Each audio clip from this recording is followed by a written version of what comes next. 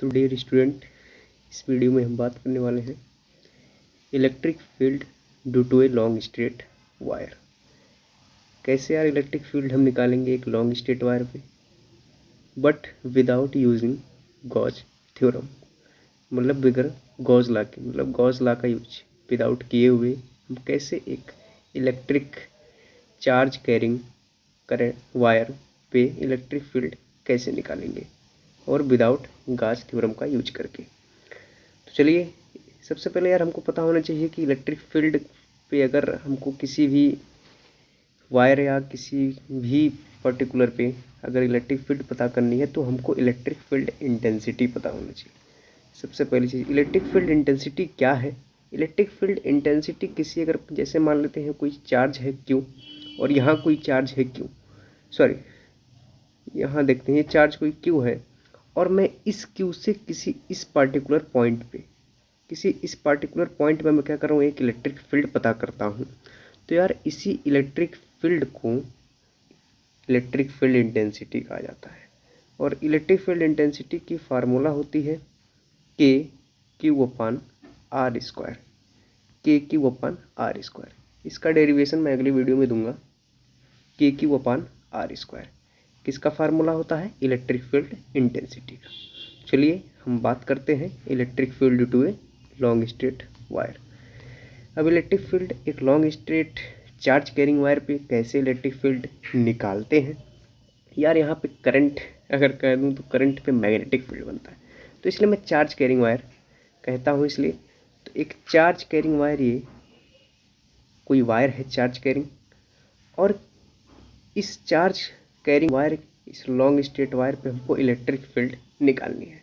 तो मेरे को यार एक इलेक्ट्रिक फील्ड इंटेंसिटी की अगर मैंने पढ़ा है तो K/R² होता है। यार ये किसी पॉइंट चार्ज के लिए यूज हो रहा है, किसी पॉइंट चार्ज के लिए यूज हो रहा है, मतलब ये पॉइंट चार्ज के लिए यूज हो रहा है। ओके, तो बात करते हैं कैसे निकालते हैं। यहाँ मान लेते हैं यार, यहाँ से मैं एक इस डायरेक्शन में एक लाइन ड्रा करता हूँ। ये है हमारा पर्टिकुलर, इस पॉइंट पे हमारी जो इलेक्ट्रिक फील्ड इंटेंसिटी बनेगी उसे मैं कहता हूँ DE। Now that is DE, ये पॉइंट है DE, और ये जो डिस्टेंस है ये कुछ A डिस्टेंस है, ठीक। और इस मतलब यहाँ से DE की जो डिस्टेंस है वो है X, DE की जो डिस्टेंस है वो है X, और ये वाली जो डिस्टेंस है ये है R। तो यहाँ ये वाली डिस्टेंस X है, ये वाली डिस्टेंस ये है, ये वाली डिस्टेंस हमारी R है। तो ये हमारी हमने उठाया है एक पॉइंट इलेक्ट्रिक फील्ड, जिसे मैं कह रहा हूँ DE। हमने फार्मूला पढ़ा है K/Q/R²। ये Q हमारा क्या है, अगर Q को मैं चेंज कर दूँ, थोड़ा सा डिफ्रेंशिएट कर दूँ, तो Q, ये अगर मैं चार्ज डेंसिटी लेता हूँ Q, ओके, तो चार्ज लेमडा, जिसे मैं लेमडा से डोट करता हूँ, और लेमडा इज इक्वल टू होता है Q/DE। तो अगर मैं Q लिखना चाहूँ तो अगर यहाँ पे यार मैं देखूँ तो Q क्या लिख सकता हूँ, तो Q को मैं लिख सकता हूँ Q=λD, Q=λD। नाउ Q= हमारा हो जाएगा λDE। यार लेमडा हमारा एक स्मॉल एलिमेंट चार्ज होता है। लेमडा क्या है, एक स्मॉल एलिमेंट चार्ज है। और DE हमारी क्या है, DE हमारी कोई पॉइंट इलेक्ट्रिक फील्ड है, किसी पॉइंट चार्ज पे बनने वाली इलेक्ट्रिक फील्ड है। ओके, यहाँ पे जो कि DE है, ये DE हमारा है। तो बात करते हैं, जैसे मैं क्या कर सकता हूँ, Q की जगह मैं क्या लिख सकता हूँ, λDE लिख सकता हूँ। और अपान में क्या कर सकता हूँ यार, R², अपान में क्या कर सकता हूँ, R²। चलिए अब इसी इक्वेशन को यार हमको डिफ्रेंशिएट करना है थोड़ा सा। इसी को डिफ्रेंशिएट करके, इसी को हम डिफ्रेंशिएट करेंगे और हमारा इक्वेशन बन जाएगा, क्योंकि एक लॉन्ग स्ट्रेट वायर के लिए इलेक्ट्रिक फील्ड बन जाएगा।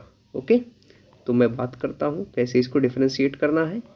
अब हम देखें, अगर DE, ये DE पॉइंट है और ये A है, तो अगर मैं इस DE को A के रेस्पेक्ट में डिफ्रेंशिएट कर देता हूँ तो a upon D E, now differentiate this equation, now D E is respect to a, now D E is a, तो यार इसका जो रिलेशन है वो है टेन थीटा का, नाउ ये टेन थीटा का रिलेशन है। और अगर मैं डी ई को लिखना चाहूँ तो a टेन थीटा लिख सकता हूँ, अगर मैं डी ई को लिखना चाहूँ तो मैं a टेन थीटा लिख सकता हूँ। तो यहाँ पे मैं डी ई लिखता हूँ, ये हो जाएगा a टेन थीटा। नाउ इसको मैं अगर डिफ्रेंशिएट करूँ, टेन इज इक्वल टू होता है sec square theta, tan is equal to होता है sec square theta. Now D E is equal to D E is equal to D E is equal to a sec square theta, that is your D E differentiation, मतलब D E को मैंने differentiate किया जिसका क्या निकला a sec square theta निकला। Now next differentiation, यहाँ पे मैं क्या रखूँगा यार डी ई की जगह ए सेक स्क्वायर थीटा, याद रखिएगा आप। अब नेक्स्ट हमारा यक्स आर स्क्वायर था, K Q upon R square, R वाली डिस्टेंस अगर मैं देखूँ तो आर ये है। नाउ आर को अगर मैं लिखना चाहूँ, भाई आर को मैं लिखना चाहूँ तो आर इज इक्वल टू मैं लिख सकता हूँ ए स्क्वायर प्लस एक्स स्क्वायर, ए स्क्वायर प्लस एक्स स्क्वायर। क्या मैं आर को लिख सकता हूँ भाई? लिख सकता हूँ, बिल्कुल लिख सकता हूँ, क्योंकि ये आर वाली डिस्टेंस ये है तो मैं आर इज इक्वल टू लिख सकता हूँ ए स्क्वायर प्लस एक्स स्क्वायर। अब इस x को भी मैं डिफरेंशिएट कर सकता हूँ किसके रेस्पेक्ट में? With respect to a। Now I will differentiate x with respect to a। तो मैं डिफरेंशिएट करता हूँ तो that is differentiation x with respect to a। Now that is your tan theta, then tan theta is your sec, now sec that x is equal to your x क्या हो जाएगा हमारा? x क्या हो जाएगा? A square sec square theta हो जाएगा, क्योंकि ये स्क्वायर के टर्म में था। क्या था ये? स्क्वायर के टर्म में था, इसलिए ये ए स्क्वायर सेक स्क्वायर थीटा हो जाएगा। अब मैं बात करता हूँ, मैं सारे वैल्यू पुट अप कर देता हूँ। तो अब मैं वैल्यू अगर पुट करूँ, जैसे कि हमने कहा था कि डिफरेंशिएट करेंगे, फिर डिफरेंशिएट, क्योंकि मेरे को इक्वेशन डिफरेंशिएट करना था और इक्वेशन डिफरेंशिएट करके उस पर पुट करनी थी वैल्यू। तो अब पुट करता हूँ तो ये हो जाएगा के और lambda, now lambda D E के रिस्पेक्ट में क्या लिखा था? ए सेक स्क्वायर थीटा। नाउ अपान में यहाँ मैं नीचे लिखा था, मैंने एक्स स्क्वायर को डिफरेंशिएट कर दिया था विथ रिस्पेक्ट टू ए, और इसको मैं लिख सकता हूँ ए स्क्वायर सेक स्क्वायर थीटा, ए स्क्वायर सेक स्क्वायर थीटा। अब यहाँ पे हम बात करते हैं तो ये सेक स्क्वायर थीटा, ये sec square theta, sec square theta cancel, now a with respect to a cancel. फिर आगे हमारा क्या बचेगा? आगे देखते हैं क्या बचेगा। तो बचा क्या? तो हमारा बचा के लेमडा अपान ए, के लेमडा अपान ए। नाउ के की वैल्यू अगर मैं पुट अप कर दूं तो के की वैल्यू जो होगी वो के की वैल्यू होती है 1/4 पाई एप्सिलॉन नॉट, और इसकी एक कांस्टेंट वैल्यू होती है, इसकी कांस्टेंट वैल्यू होती है 8.85 into 10⁻12 coulomb newton metre square. ये इसकी कांस्टेंट वैल्यू होती है, ठीक। तो अब नीचे मैं क्या पुट अप करूं, क्या पुट कर दूं? तो यार मैं लेमडा अपान 4 पाई एप्सिलॉन नॉट ए।